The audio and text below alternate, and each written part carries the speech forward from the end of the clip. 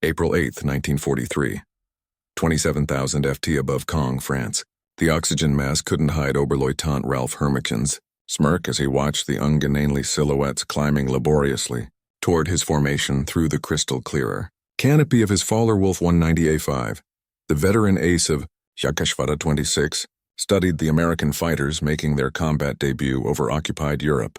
Die armies have sent us flying milk bottles, he transmitted to his wingman, unable to suppress his laughter at the sight of the massive Republic P-47 Thunderbolt struggling for altitude.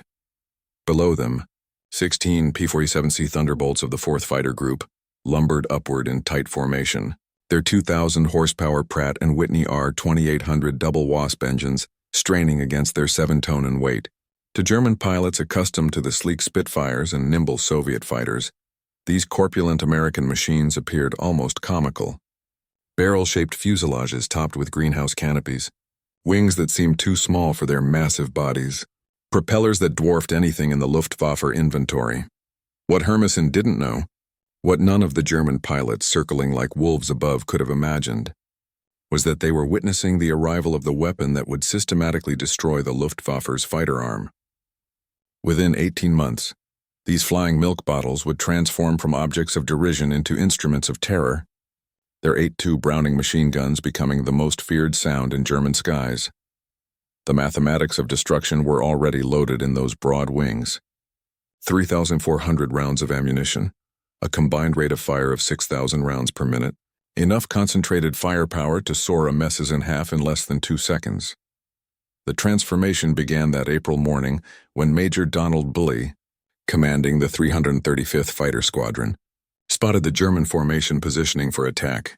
The former Eagle Squadron veteran, who had transferred from RAF Spitfires just weeks earlier, understood what his men didn't yet know. That survival, in the P-47 required abandoning everything they thought they knew about air combat. The Thunderbolt represented a radical departure from conventional fighter design philosophy. While the Germans had pursued lightweight interceptors optimized for climb and turn performance, Republic Aviation had created something unprecedented, a high-altitude juggernaut that used mass, power, and firepower to redefine the rules of aerial warfare. Among the 56 American pilots spread across the French sky that morning were men who would become legends, future aces whose names would strike fear into Luftwaffe hearts. But on April 8, 1943, they were novices in an untested machine, facing the most experienced fighter force in the world. The Germans had been fighting continuously since 1939 with veterans of Poland, France, Britain, and Russia. The Americans had been in combat for exactly 0 days. This story is about how industrial logic defeated tactical brilliance, how quantity and quality merged into overwhelming superiority, and how German pilots' laughter turned to terror as they discovered what synchronized Browning machine guns could do to an aircraft at 400 YD. The Republic P-47 Thunderbolt had emerged from a June 1940 panic as German fighters swept across France. Alexander Cartway, Republic Aviation's Georgian-born chief designer, received urgent specifications from the U.S. Army Air Corps. They wanted a high-altitude interceptor capable of matching the Luftwaffe's best. What Cartelli designed instead was a monster that redefined the possible. It will be a dinosaur, Cartelli admitted to his design team, but it will be a dinosaur with good proportions. The XP-47B prototype that first flew on May 6, 1941, shocked everyone who saw it. At 9,900 empty, it weighed 65% more than its predecessor, the P-43 Lancer. The massive turbo-supercharger system, with its complex ducting running through the rear fuselage, gave it an almost pregnant appearance. Test pilots approaching it for the first time invariably asked the same question. This thing actually flies? Not only did it fly, it flew like nothing else at altitude. The Pratt & Whitney R2800 double Wasp engine, an 18-cylinder radial producing 2,000 horsepower, could maintain full power at 27,000 ft where German fighters gasped for air. The turbo-supercharger, fed by exhaust gases, delivered sea-level performance in the stratosphere, where the air was too thin for conventional superchargers. Major Hubert Hub Zika, commanding the 56th Fighter Group training at Bridgeport, Connecticut, initially despised the aircraft. His unit lost 18 pilots and 41 aircraft in training accidents between September 1942 and January 1943. The P-47 killed more Americans in training than Germans would in the first months of combat. It ground looped on landing, torque rolled on takeoff, and dove with such enthusiasm that pilots discovered compressibility, their controls freezing as shock waves formed on the wings. But those who mastered it discovered something extraordinary. Lieutenant Robert Johnson, a farm boy from Oklahoma who would become one of America's top aces with 27 victories, described his first flight. It was like strapping yourself to a locomotive. The power was unbelievable. You didn't fly it, you aimed it. The first combat encounters in April and May 1943 confirmed every German prejudice. The P-47s couldn't turn with the Fowler Wolf 190s, couldn't climb with the Messerschmitt 109s, couldn't match their nimble handling at medium altitudes.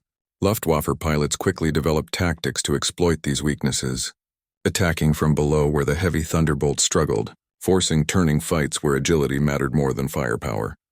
Hutchman Isef Pips Priller, commanding officer of Yakashvata 26, reported to headquarters after his first encounter.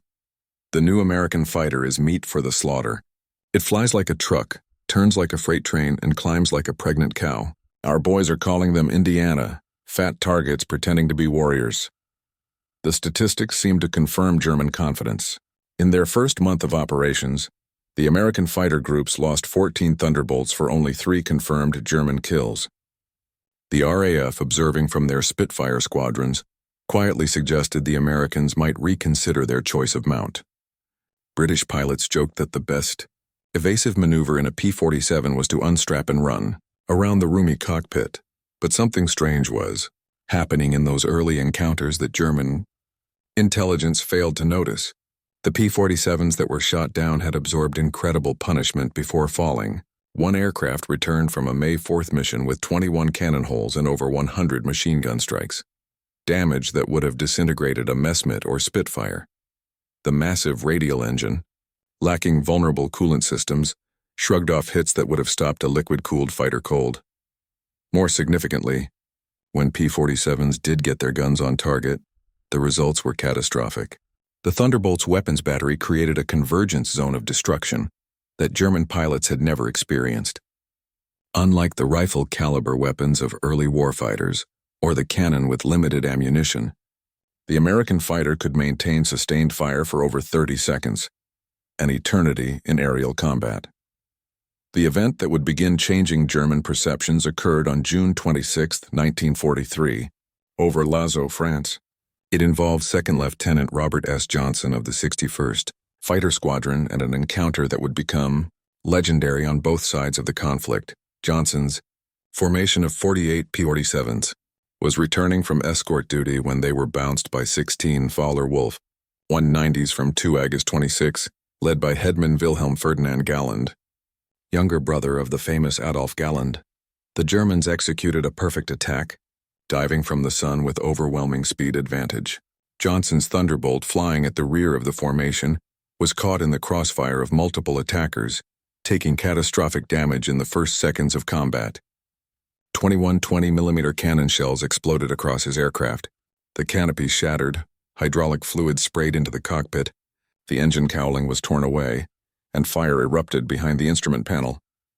Johnson, wounded in the nose and leg by shrapnel and bullet fragments, tried to bail out but discovered the canopy was jammed. A 20mm shell had exploded in the canopy track, welding it shut. He was trapped in a dying aircraft at 27,000 ft. What happened next defied every assumption about combat damage tolerance. Despite having no forward visibility through the oil-covered windscreen, a barely functioning engine that shook violently, and controls that responded only intermittently, Johnson managed to level the aircraft and point it toward England. The P-47 continued flying with damage that would have reduced any other fighter to falling debris. Then it got worse. A lone Focke-Wulf 190, flown by an unknown pilot from 2 JG-26, discovered the crippled Thunderbolt limping toward the channel at less than 170 km/h. Historical research has never definitively identified this pilot, though several names have been proposed based on German combat reports from that day.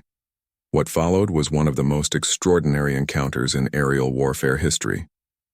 The German pilot positioned himself behind Johnson's P-47 and opened fire with his 420mm cannon, and two 13mm machine guns.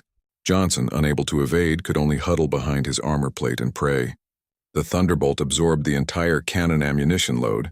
Then the German repositioned and fired again, this time with only his machine guns. The cannon ammunition exhausted, the German pilot pulled alongside, staring in disbelief at the flying wreck. Johnson could see his face clearly. Young, blonde, his expression shifting from confidence to confusion, to something approaching fear. The German repositioned and emptied his remaining machine gun ammunition into the Thunderbolt. Still it flew. He pulled alongside again, shook his head in apparent amazement, gave an informal salute and peeled away, presumably out of ammunition. Johnson's P-47 landed at Manston with its engine failing on the runway. The crew chief stopped counting bullet holes after reaching 200. One cannon shell had exploded inches from Johnson's head. Another had detonated against the armor plate behind his seat. The engine had taken direct hits. The control cables were partially severed. 3 of the 4 main longerons, the structural backbone of the fuselage, were shot through. Yet the aircraft had brought him home. The survival of Johnson's aircraft sent shockwaves through both air forces. American engineers studying the wreckage realized they had underestimated their own creation. German intelligence, receiving combat reports from 2nd Section of Jagdschwader 26, initially refused to believe it. No aircraft could absorb that much punishment. But testimony from multiple pilots confirmed the impossible. The Thunderbolt had taken everything the Luftwaffe's best fighter could deliver, and survived. By July 1943, American pilots were learning to exploit the P-47's true strengths. Lieutenant Colonel Hubert Zena, the 56th Fighter Group commander, had discovered the secret through brutal trial and error.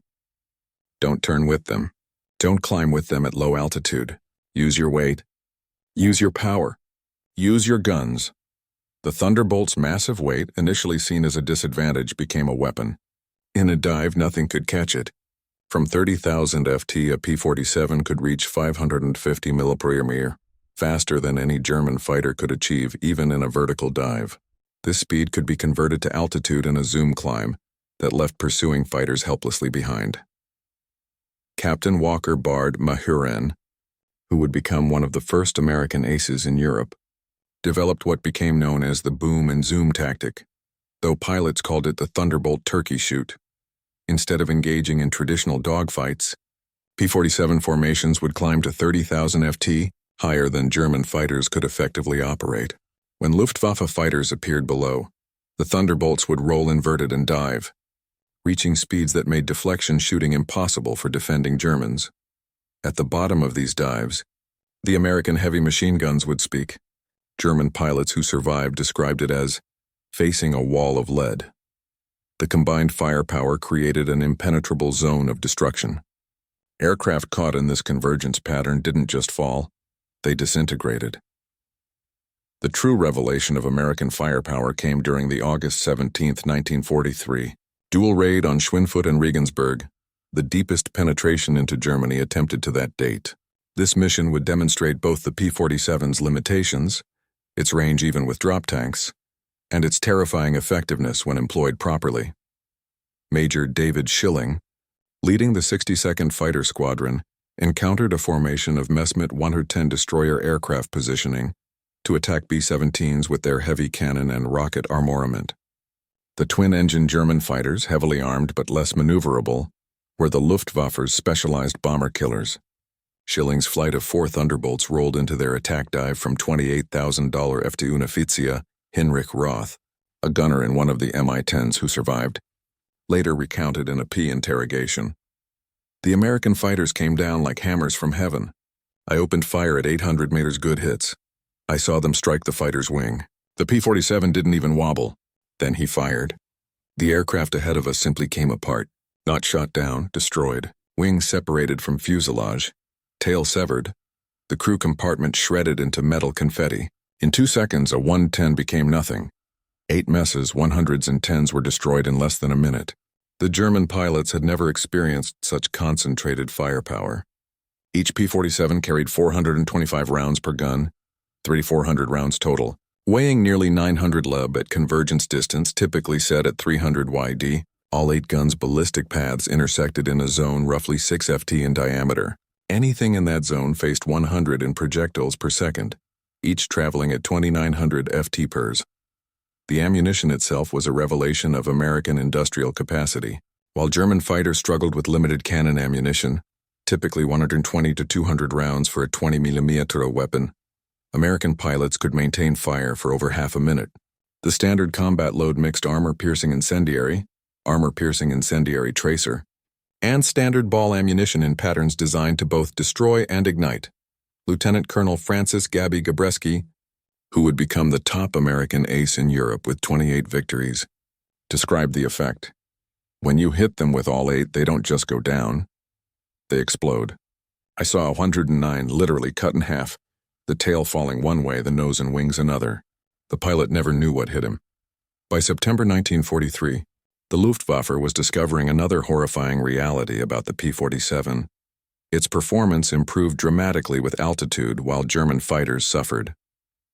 The turbo-supercharged double Wasp engine maintained its rated power output up to 30,000 ft. German fighters, relying on single-stage or two-stage mechanical superchargers saw their performance degrade significantly above 25,000 ft. Oberleutnant Hans Philipp, one of Germany's most successful aces with 206 victories, encountered this reality fatally on October 8, 1943.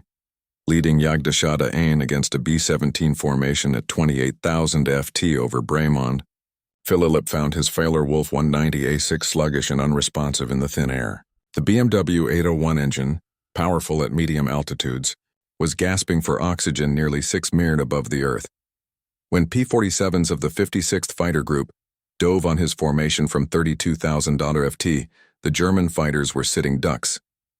Robert Johnson, now an experienced combat pilot on his way to ace status, was flying at 31,000 ft when he spotted Philipp's distinctive Focke-Wulf with its elaborate nose art.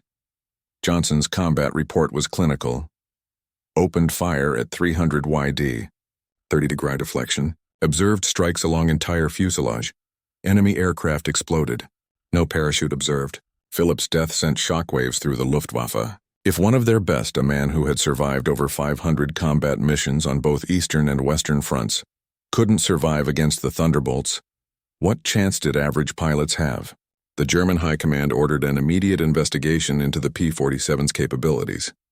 The report delivered to Reich Marshal Hermann Göring in November 1943 was sobering. The Thunderbolt service ceiling exceeded 42,000 ft, higher than any German fighter could reach. Its dive speed approached the sound barrier. Its armor included a 3/8-inch steel plate behind the pilot, 1.2 in bulletproof glass windscreen, and armored deflection plates around the engine. Most disturbingly, its rugged construction allowed it to absorb damage that would destroy 3 conventional fighters and still return home. In January 1944, a new variant of the P-47 began arriving in England that would complete the transformation from laughingstock to nightmare. The P-47 D-22 featured a Hamilton standard hydraulic propeller with paddle blades 13 ft in diameter, with broad chord blades that bit into the air like massive oars. The improvement in climb rate was immediate and dramatic. Where earlier Thunderbolts had climbed at an anemic 2,200 ft per minute at sea level, the paddle blade variants could achieve 3,000 ft per minute, matching or exceeding German fighters at most altitudes. The massive propeller also improved acceleration, allowing P-47s to build energy faster in level flight. Headman Heinz Knoke of Jagdgeschwader 11, a veteran with over 200 combat missions, encountered the new variants in February 1944 during a bomber interception near Hanover. He wrote in his combat diary, "The fat American fighters have learned to climb. We bounced a formation near Hanover, expecting our usual advantage. They turned into us and climbed with us. When we tried to disengage, they followed us up to 30,000 ft. Schmitt was caught and blown apart. Nothing left but smoke and fragments. These are not the same machines we laughed at last year." The paddle blade propeller did more than improve performance. It changed the sound of the Thunderbolt. The distinctive thundering roar created by the blade tips reaching supersonic speeds could be heard from miles away. German ground troops reported being able to identify approaching P-47s by sound alone, a deep, threatening rumble that meant death from above. They began calling it Donnerschlag, Thunderclap. By March 1944, P-47s equipped with external fuel tanks could escort bombers deep into Germany. The standard configuration carried two 108-gal wing tanks or a 75-gal belly tank, extending range to over 1,000 km. With the paddle blade propeller providing improved performance even when loaded, Thunderbolts could fight on equal terms immediately after dropping tanks.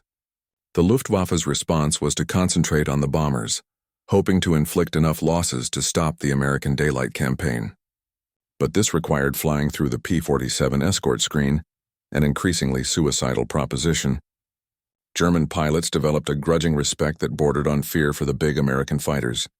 Major G.A. Roll, one of Germany's top aces with 275 victories, mostly on the Eastern Front, survived an encounter with P-47s on March 6, 1944, that left him badly wounded. He later recalled in a post-war interview, "We saw them above us, fat silhouettes against the sun. Someone laughed and said, 'Here come the flying pigs.' Nobody was laughing 30 seconds later. They came down like an avalanche, faster than we could react. The first pass destroyed 3 of our fighters, just gone, transformed into burning debris. Their guns didn't fire in bursts like ours. They poured out solid streams of fire.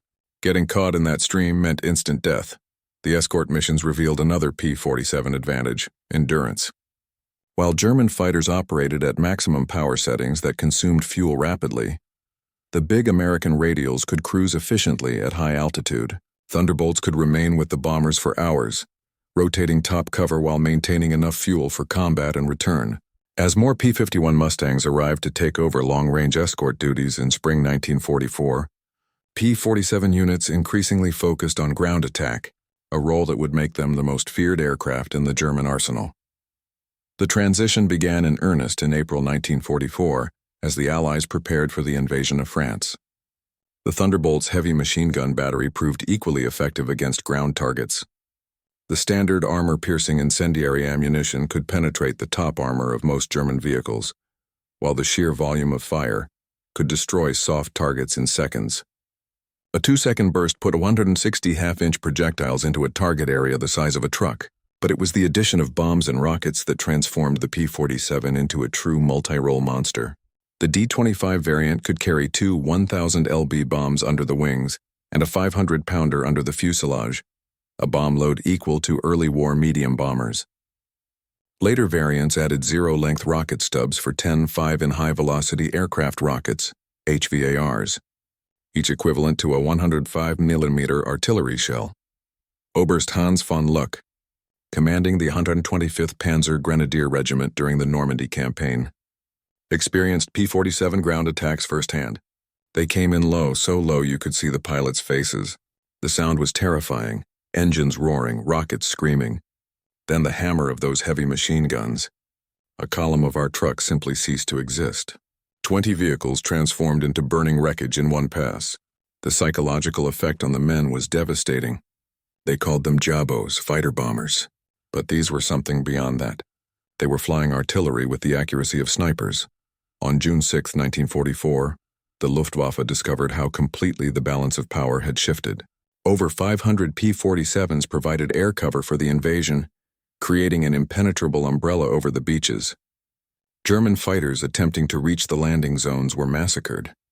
Oberleutnant Wolfgang Fischer of Jagdgeschwader II, one of only 3 German pilots to reach the beaches that day, reported, "The sky belonged to the Americans. Thunderbolts were stacked from sea level to 30,000 FE. We tried to break through at dawn, 12 fighters from our Gruppe. I was the only one to return. The P-47s were waiting at every altitude. You couldn't climb over them, couldn't dive under them. Their guns turned our fighters into aluminum rain." In the weeks following D-Day, P-47s systematically destroyed German movement in daylight. The statistics were staggering. In June alone, 9th Air Force Thunderbolts claimed 651 locomotives, 3 847 trucks, 512 tanks and armored vehicles, and 4,553 horse-drawn vehicles destroyed. The Wehrmacht was forced to move only at night, severely hampering their ability to respond to Allied advances. The Germans tried everything to counter the Thunderbolt threat. They reinforced vehicle armor, deployed more anti-aircraft guns, developed new camouflage techniques. Nothing worked. The P-47's combination of speed, armor, and firepower made them nearly unstoppable. Even the feared 88mm flak gun struggled to track the fast-moving fighters at low altitude. While devastating Europe, the P-47 was simultaneously proving its worth in the Pacific theater. The 348th Fighter Group, operating from New Guinea, discovered that the Thunderbolt's qualities were perfectly suited to the vast distances and harsh conditions of the Pacific War. Colonel Neil Kirby, commanding the 348th, developed tactics specifically for the Pacific. On October 11, 1943, Kirby led 4 P-47s against 40 Japanese aircraft over Wewak, shooting down 6 enemy planes himself in a single mission, earning him the Medal of Honor. The Japanese, accustomed to fighting nimble but fragile American fighters, were unprepared for the P-47's combination of firepower and durability. Japanese ace Saburo Sakai, who encountered P-47s over New Guinea, later wrote, "We called them monsters. Our 20mm cannon, which could destroy a P-40 with a few hits, seemed to have no effect. I put dozens of rounds into one Thunderbolt and watched it fly away. Their return fire was terrifying, streams of heavy bullets that tore aircraft apart. The P-47N, developed specifically for the Pacific, featured increased fuel capacity with wet wings holding 93 gallons each, extending range to 350 meters. This variant would escort B-29s to Japan, proving that the short-legged fighter of 1943 had evolved into a true long-range weapon. Perhaps the ultimate vindication of the P-47's evolution came in its encounters with German jet fighters. The Messerschmitt Me-262, with its 540 mph top speed, should have been untouchable by propeller-driven fighters. But Thunderbolt pilots discovered they could catch jets in 2 situations: during takeoff and landing, when jets were most vulnerable, and in high-speed dives from altitude.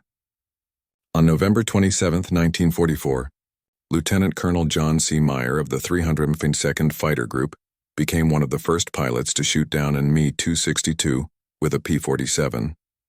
Diving from 28,000 FT, Meyer's Thunderbolt reached speeds approaching 500 mph, fast enough to catch the jet in level flight. The jet pilot, confident in his speed advantage, never saw the diving P-47 until Meyer's guns opened up at 400 YD. Meyer's combat report noted, the enemy aircraft disintegrated under fire. Large pieces, including both engines, separated from the fuselage. The pilot did not escape. The concentrated fire of 850 caliber guns proved more effective than we anticipated against jet aircraft. By early 1945, specialized P-47M variants were deployed specifically to counter German jets and V-1 flying bombs.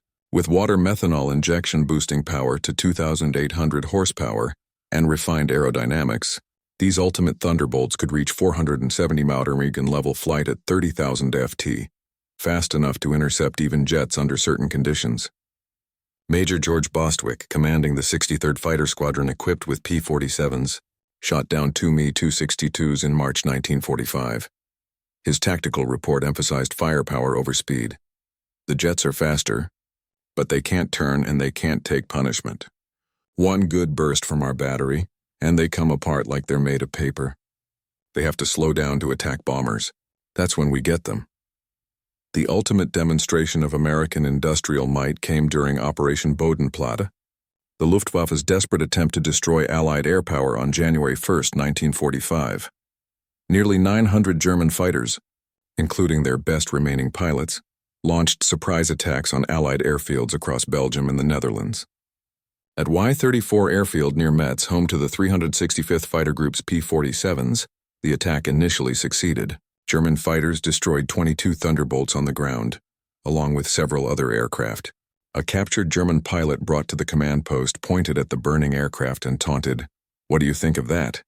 Major George Brooking's response became legendary throughout the 9th Air Force. He pointed to the flight line, where ground crews were already pushing damaged aircraft aside and preparing hard stands for replacements. "By tomorrow we'll have 40 new ones.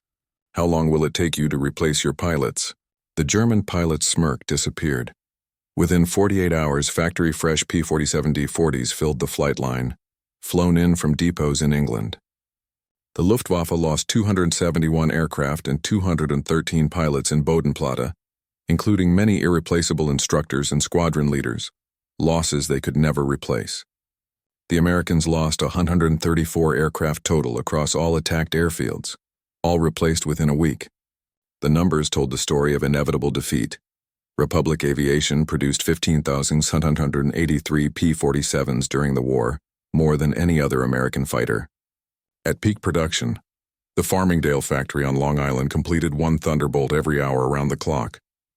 The Evansville plant in Indiana, built from empty farmland in 1942, was producing 500 aircraft per month by 1944. Each P-47D required 65,000 individual parts, 8 mi of electrical wiring, 2,000 lb of aluminum, and 300 lb of rubber. The engine alone contained 2,400 individual components machined to tolerances of 1,000th of an inch. Yet American workers, many of them women who had never seen an aircraft, before Pearl Harbor assembled these complex machines with precision that exceeded peacetime standards. The ammunition production was equally staggering. Each P-47 sortie required 3,400 rounds of 50 caliber ammunition.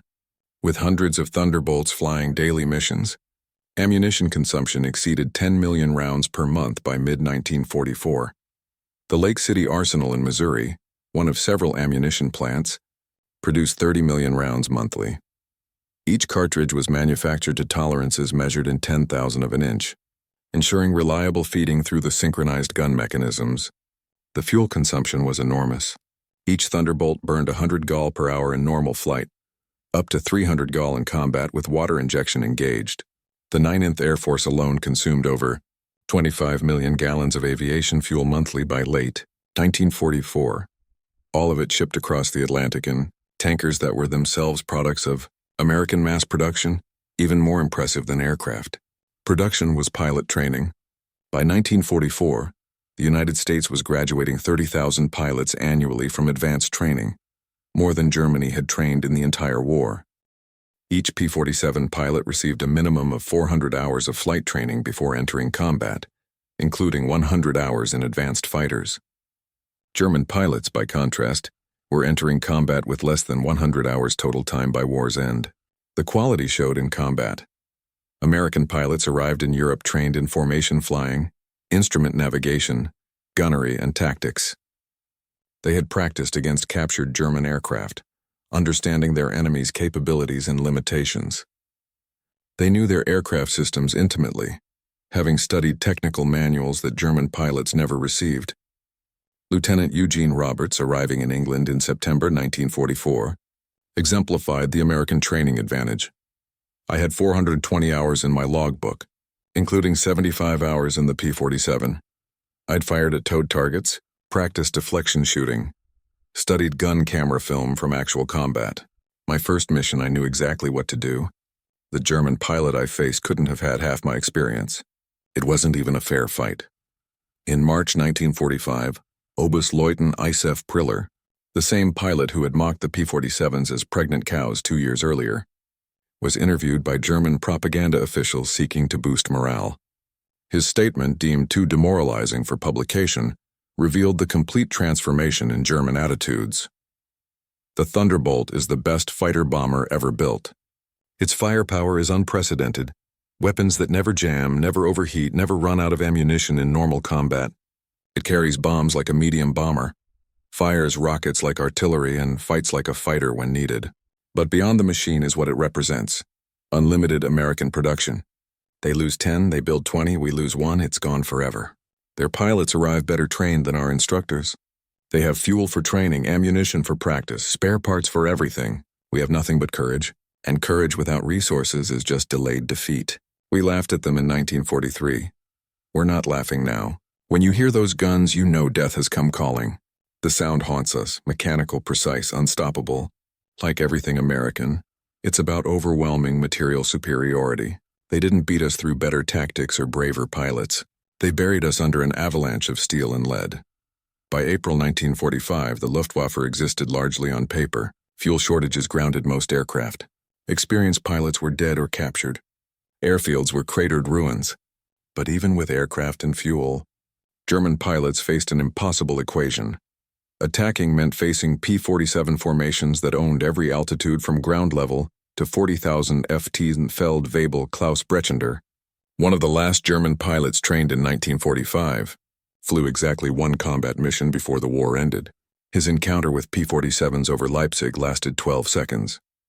I saw them diving from above, 4 Thunderbolts in perfect formation. I tried to turn, but they were too fast.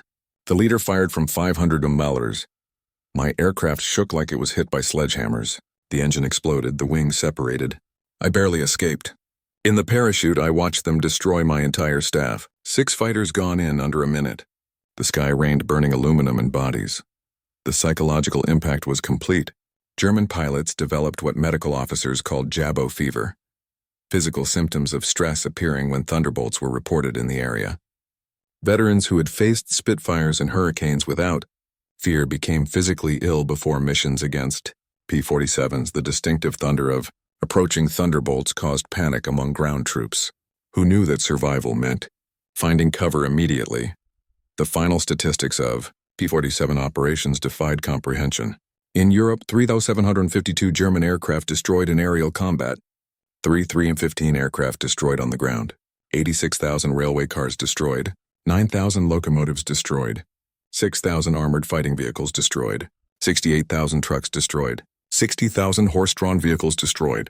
In the Pacific, 697 Japanese aircraft destroyed in aerial combat, 150 aircraft destroyed on the ground, 500 vehicles destroyed, 150 locomotives destroyed, countless barges, ships, and installations.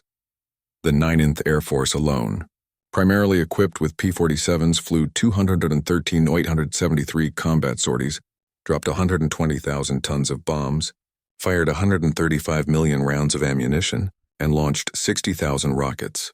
The Thunderbolt units achieved a 4.6.1 kill ratio in aerial combat while maintaining the lowest loss rate of any Allied fighter bomber. Behind these numbers lay the human cost.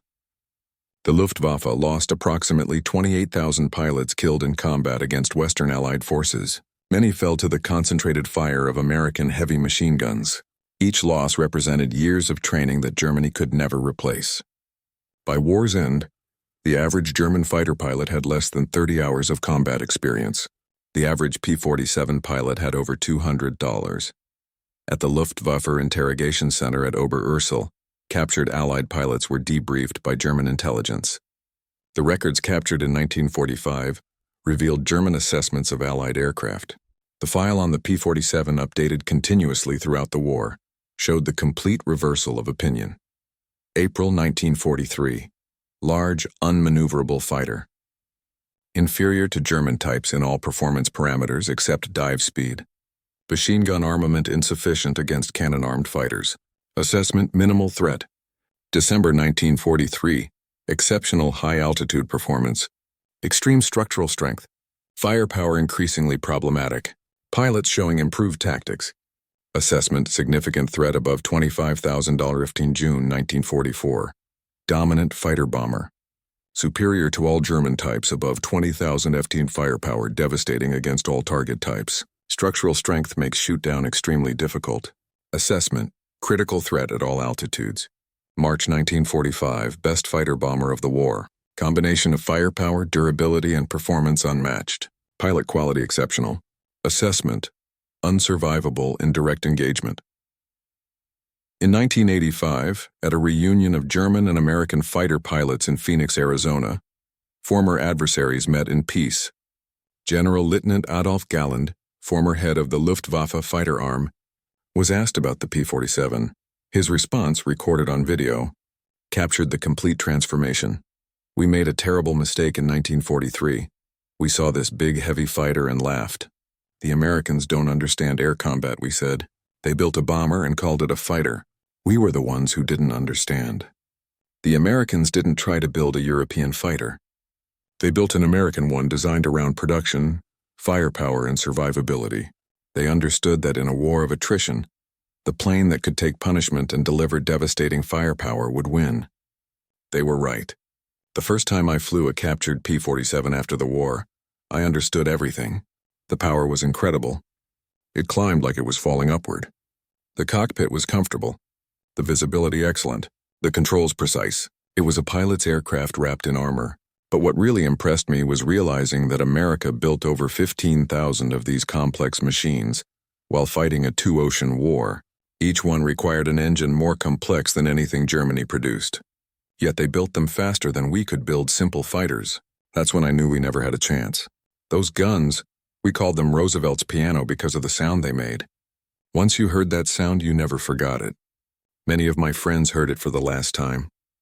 The P-47 didn't just defeat the Luftwaffe, it destroyed it. The P-47's design represented American industrial philosophy perfectly. Brute force engineering backed by unlimited resources. Every component was overbuilt, overpowered, and over-engineered. The wing spars could support 40,000 lb, 3 times the aircraft's loaded weight. The engine mount could withstand 12 degree forces. The control cables were doubled throughout with automatic backup systems. The ammunition feed system alone was a marvel of engineering. 8 separate ammunition boxes, each holding 425 rounds, fed through electric boost motors to prevent jamming during high-G maneuvers. The guns were electrically heated to prevent freezing at altitude. Each gun had its own charging mechanism and could be individually synchronized. The convergence was adjustable from 150 to 400 YD, allowing pilots to optimize for their preferred engagement range. Even after the war, some German veterans maintained that the P-47 won through quantity, not quality, that German fighters were technically superior but overwhelmed by numbers. The combat records tell a different story. In engagements where numbers were equal, P-47s consistently prevailed. The heavy machine gun armament, dismissed as inferior to cannon, proved more effective in actual combat. Analysis of gun camera footage revealed why. Cannon shells, while individually more destructive, required precise aim and had limited ammunition, typically 120 to 200 rounds total. The P-47's weapons created a probability cloud of bullets that guaranteed hits even with imperfect aim. At typical engagement ranges, a 2-second burst put at least 20 rounds into a fighter-sized target, enough to ensure destruction. The ammunition itself was superior. American 50 caliber armor-piercing incendiary rounds used a delayed action fuse that ensured penetration before detonation. The incendiary compound burned at 3,000 degrees, hot enough to ignite aluminum structure. German 20mm shells, while heavier, often exploded on surface contact, causing spectacular but sometimes superficial damage. The P-47 Thunderbolt remains the heaviest single-engine piston fighter ever mass-produced. Its empty weight of 10,000 lb exceeded the gross weight of some twin-engine fighters. Its engine produced more power than entire bomber formations from the previous war. Its weapons delivered more firepower than a squad of infantry. Yet it was built by the thousands, flown by kids barely out of high school, and maintained under combat conditions by mechanics who learned their trade in weeks. The transformation of German opinion from mockery to terror took less than 2 years. In that time, the flying milk bottle became the most feared aircraft in the Luftwaffe's experience. Veterans who had faced Spitfires, Hurricanes, and Soviet Yaks without flinching spoke of P-47s in hushed tones decades after the war. At the United States Air Force Museum in Dayton, Ohio, a restored P-47D sits among other legendary fighters. Its placard lists specifications and battle honors, but the real story is told by a small display case containing spent 50 caliber shells and a strip of gun camera film, showing a Focke-Wulf 190 disintegrating under fire. Below the display is a quote from an unnamed German pilot taken from a 1945 interrogation report. "We laughed when we first saw them. Fat, ugly American fighters that couldn't turn, couldn't climb, couldn't fight. We stopped laughing when we realized they didn't need to turn or climb. They just pointed those guns at you and you ceased to exist." The laughter died with our comrades. The P-47 Thunderbolt entered combat as an object of derision and ended the war as an instrument of annihilation. In between, 8 synchronized Browning machine guns rewrote the rules of aerial warfare and buried the Luftwaffe under an avalanche of lead. German pilots had laughed at the ungainly American fighter in April 1943. By May 1945, there were no German pilots left to laugh. The thunder had spoken and the sky belonged to America.